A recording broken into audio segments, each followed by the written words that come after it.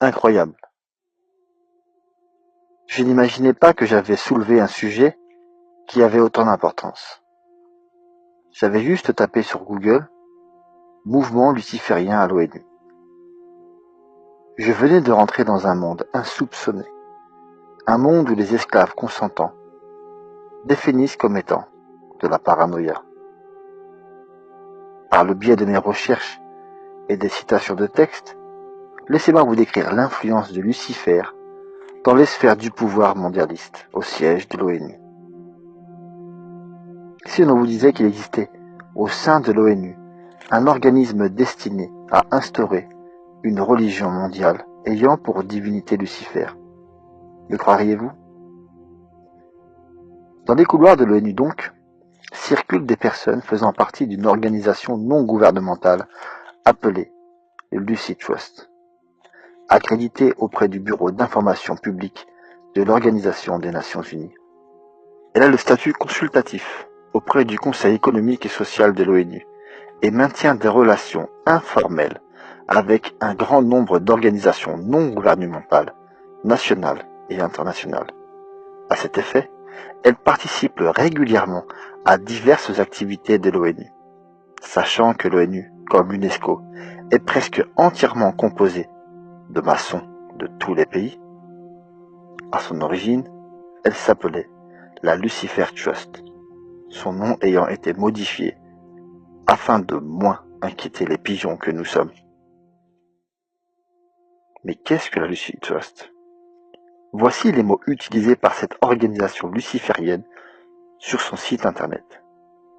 Le Lucy Trust bénéficie du statut consultatif auprès du Conseil économique et social des Nations Unies, ECOSOC, et la bonne volonté mondiale est reconnue par le département de l'information publique auprès des Nations Unies en tant qu'ONG, organisation non gouvernementale.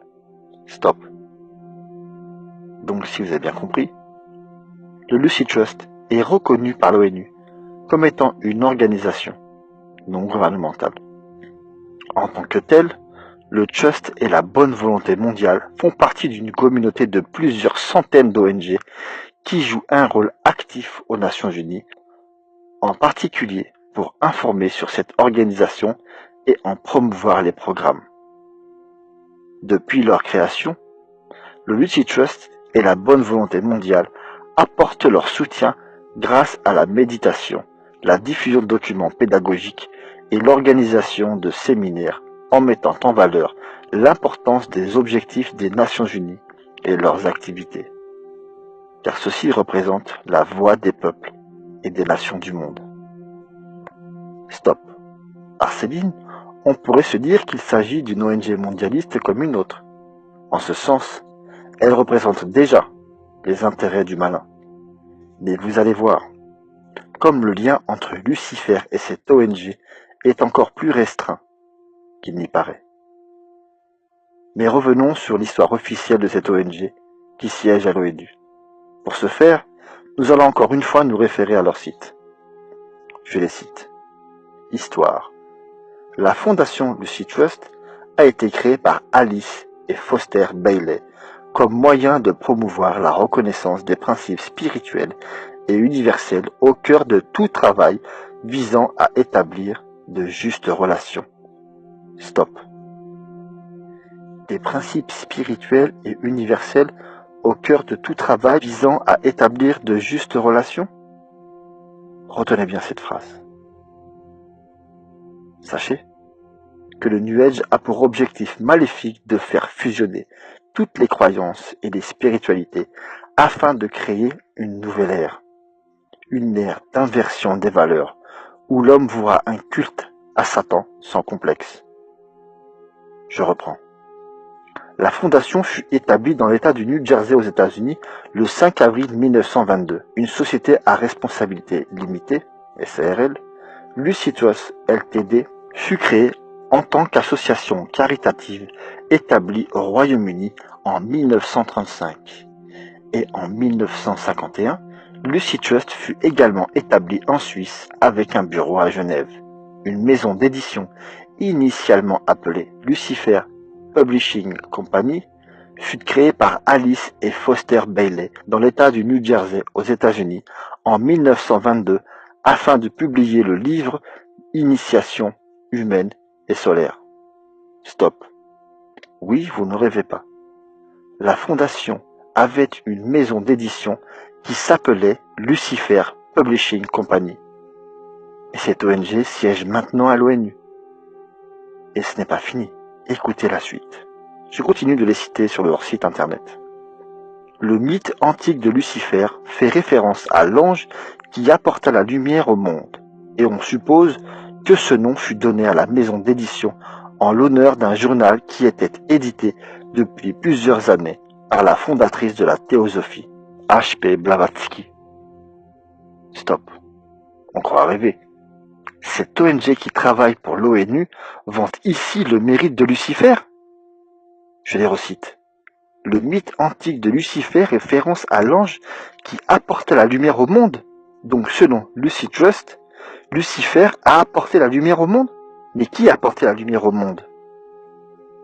Qui prétend cela, si ce n'est les satanistes, les lucifériens? Ils avouent donc clairement leur culte à Lucifer. Alors pourquoi le démentir lorsqu'on dit que Lucy Trust est en réalité Lucifer Trust? En d'autres termes, en Google Traduction, cela veut dire faire confiance à Lucifer. Je poursuis. Il devint vite clair pour Alice et Foster Bailey que certains groupes chrétiens ont traditionnellement identifié Lucifer à Satan par erreur. Et pour cette raison, la maison d'édition prit en 1924 le nom de Lucy Publishing Company. Stop. Ils sont en train de nous dire que Lucifer n'est pas satanique. Ici, ils nous expliquent qu'ils ont changé de nom parce que les chrétiens les ont traités de lucifériens, de sataniques. Mais c'est à juste titre d'ailleurs. Mais on y reviendra plus tard. Je poursuis. L'école Arcane débuta en 1923. Bonne Volonté Mondiale fut créée en 1932 et les Triangles en 1937. Au cours du temps, les centres de New York, Londres et Genève ont déménagé plusieurs fois. Actuellement, le centre de New York est situé à l'extrême sud de Wall Street, dans le quartier financier. Le bureau de Londres est près de Trafalgar Square, dans un des bâtiments les plus typiques de la ville, Whitehall Court. Et après des années, dans un bâtiment proche des Nations Unies, le centre de Genève est maintenant situé sur la rue du Stand, dans le quartier des affaires, près du lac. Mais qu'est-ce que ce mouvement Lucy Trust? Cette secte luciférienne a été fondée par Alice Bailey, qui fut un véritable maître à penser de la théosophie, à l'égard de sa fondatrice, Elena Petrovna Blavatsky.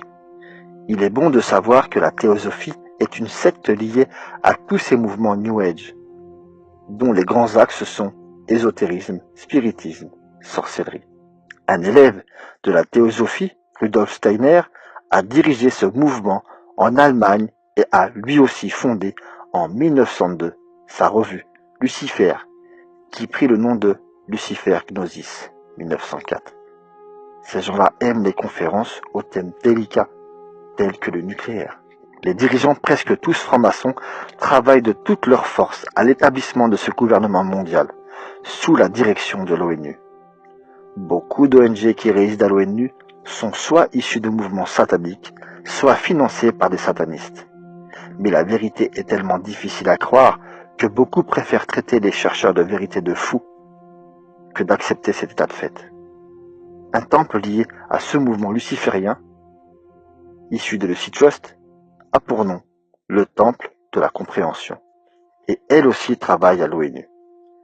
À New York et à Washington, des illuminés comme Robert McNamara se déshabillent et prient la lune en des sessions de prière conduites sous les auspices de le Temple de la Compréhension.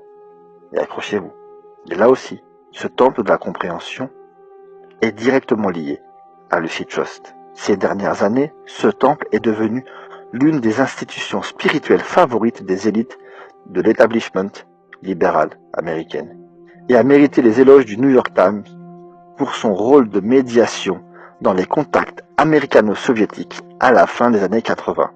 Il se définit comme une réunion œcuménique et un lieu de méditation pour les religions mondiales.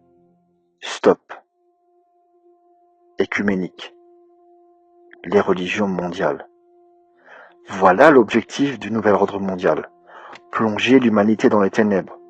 Autrement dit, aveugler l'humanité avec la lumière de Lucifer, dans un mouvement prétendument spirituel et universel.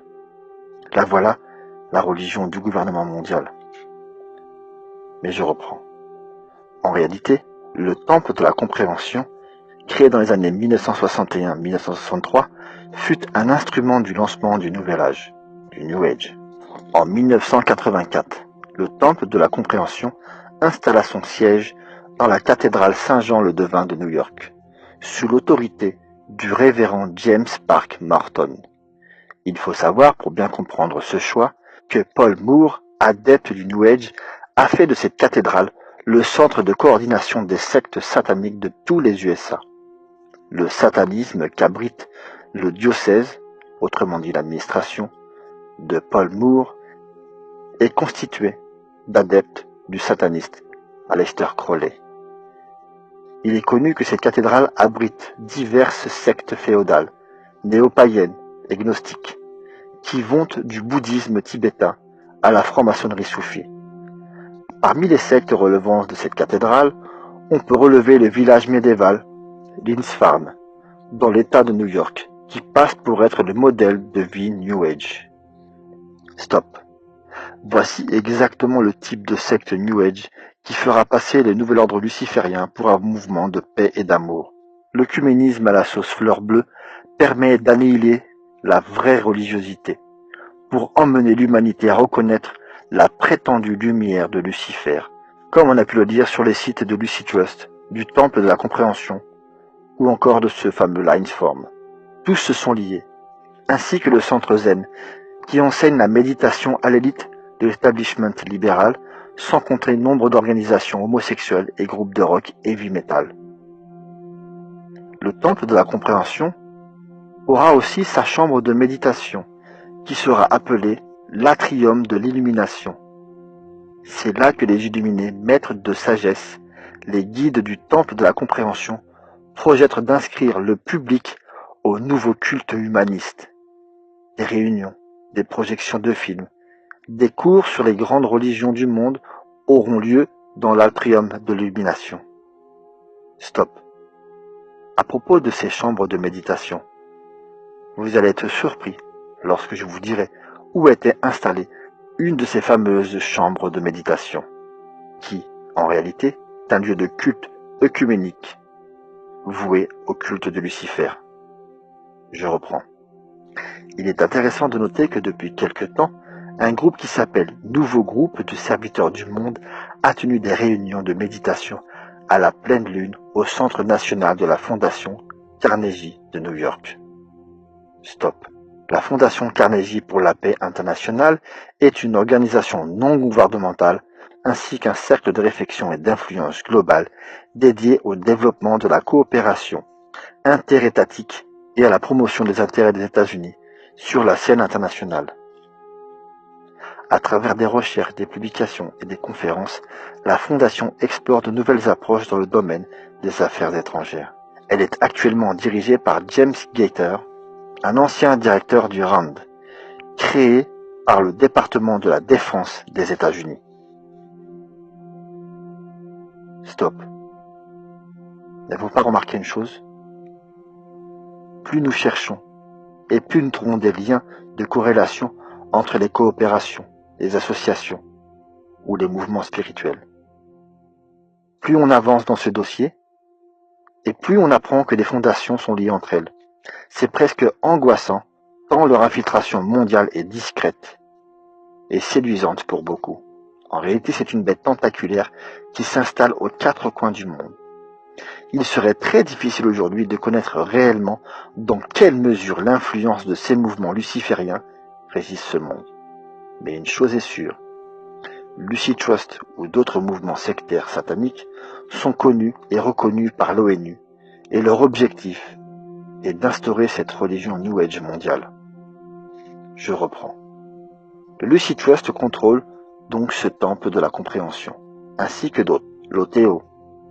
En Europe, le centre de la Wicca se trouve à Worms, en Allemagne, à Berlin, sous le nom de l'église de Satan.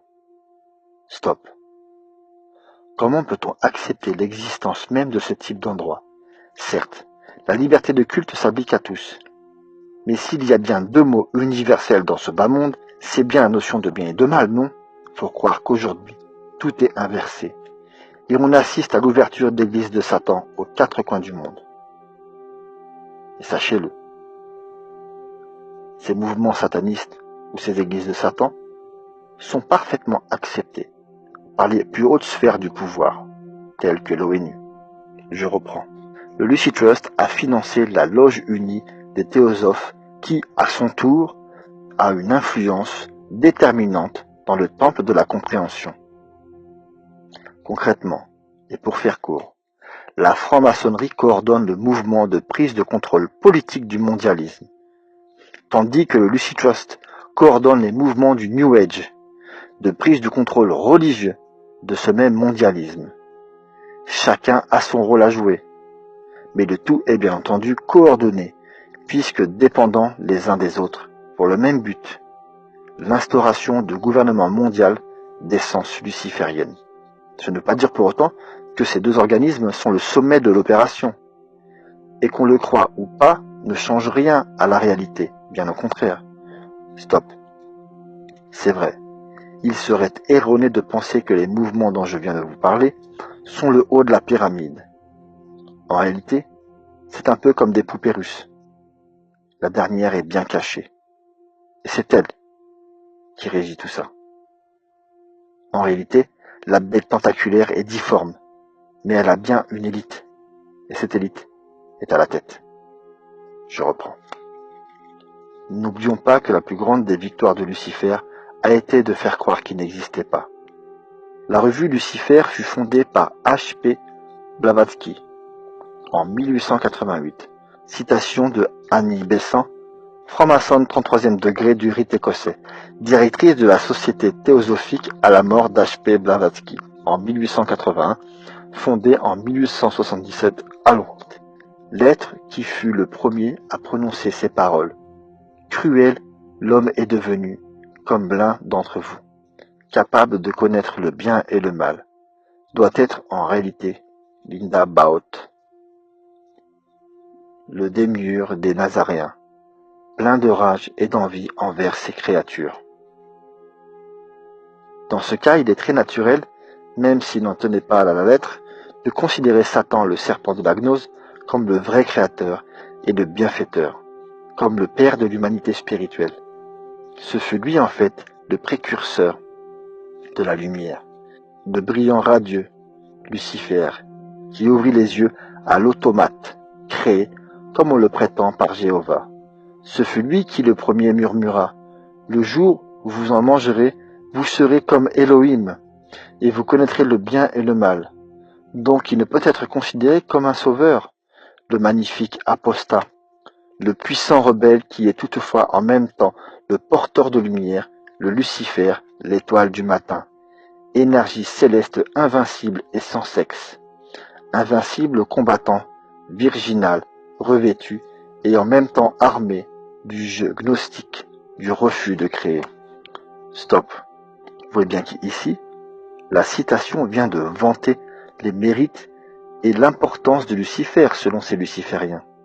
Et nous explique de quelle manière nous devons rendre grâce à Lucifer, une ligue malthusienne destinée à lutter pour contrôler des naissances et l'émancipation de la femme.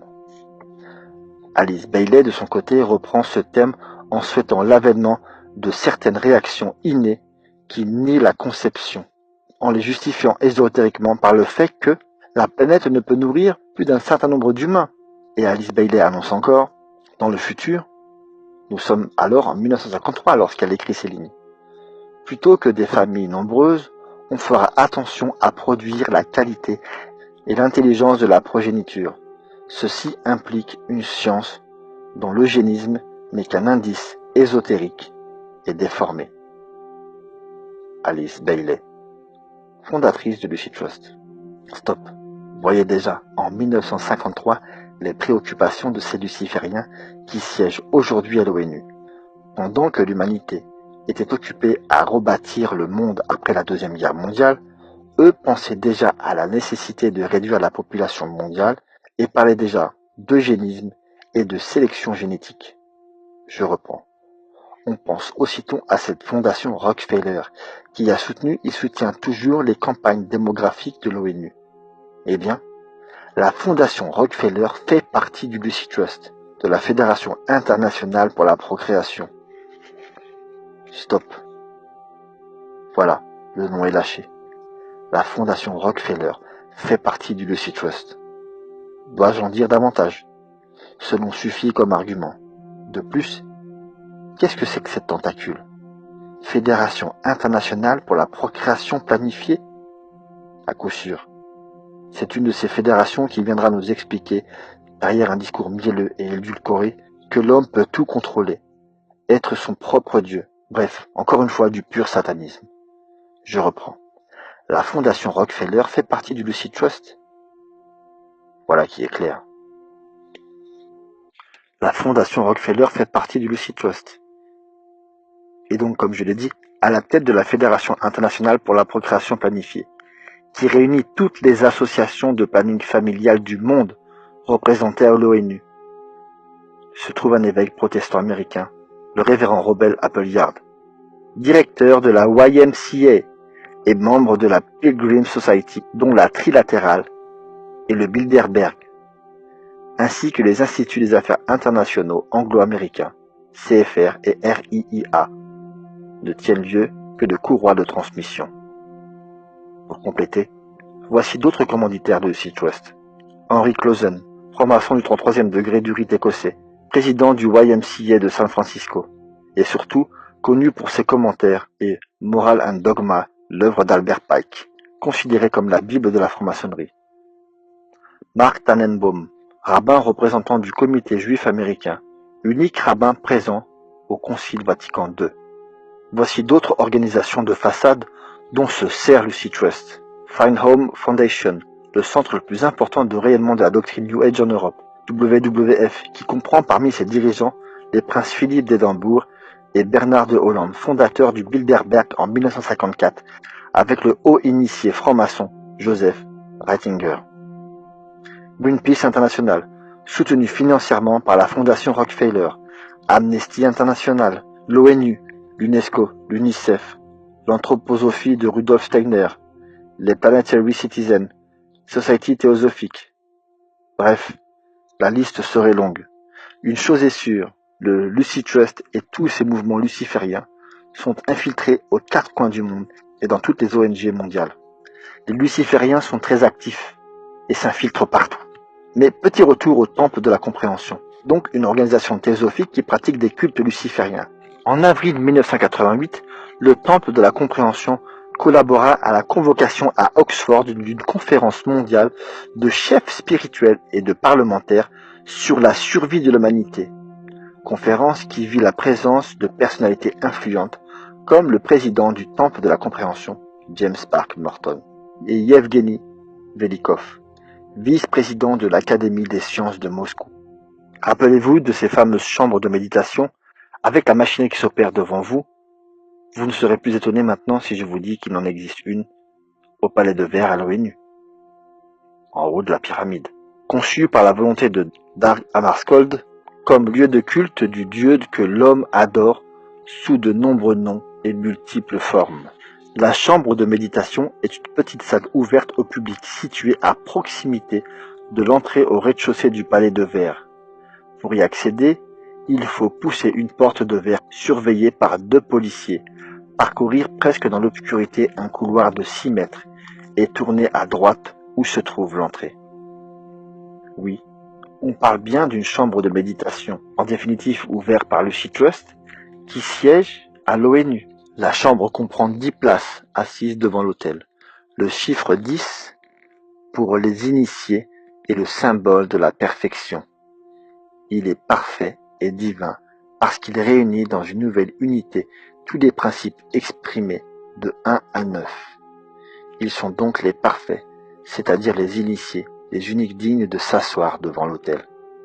Dans cette chambre de la méditation, les Planetary Citizens, citoyens de la planète, organisation d'avant-garde du mouvement New Age, se réunissent 2 fois par semaine pour prier sous la direction du président de l'Assemblée. Les Nations Unies, affirme le président Donald Case, sont l'instrument de Dieu.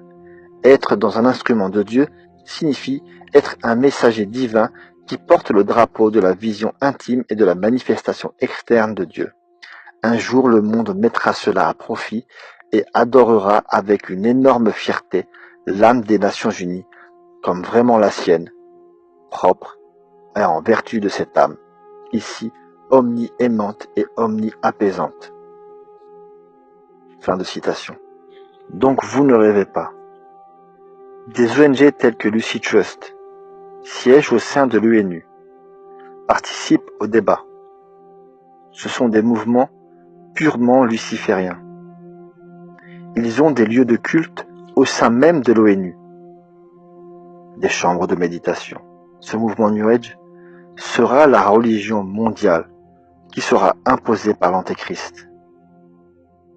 Et celui-ci demandera à l'humanité de vouer un culte aux porteurs de lumière. Je vous demande d'y réfléchir.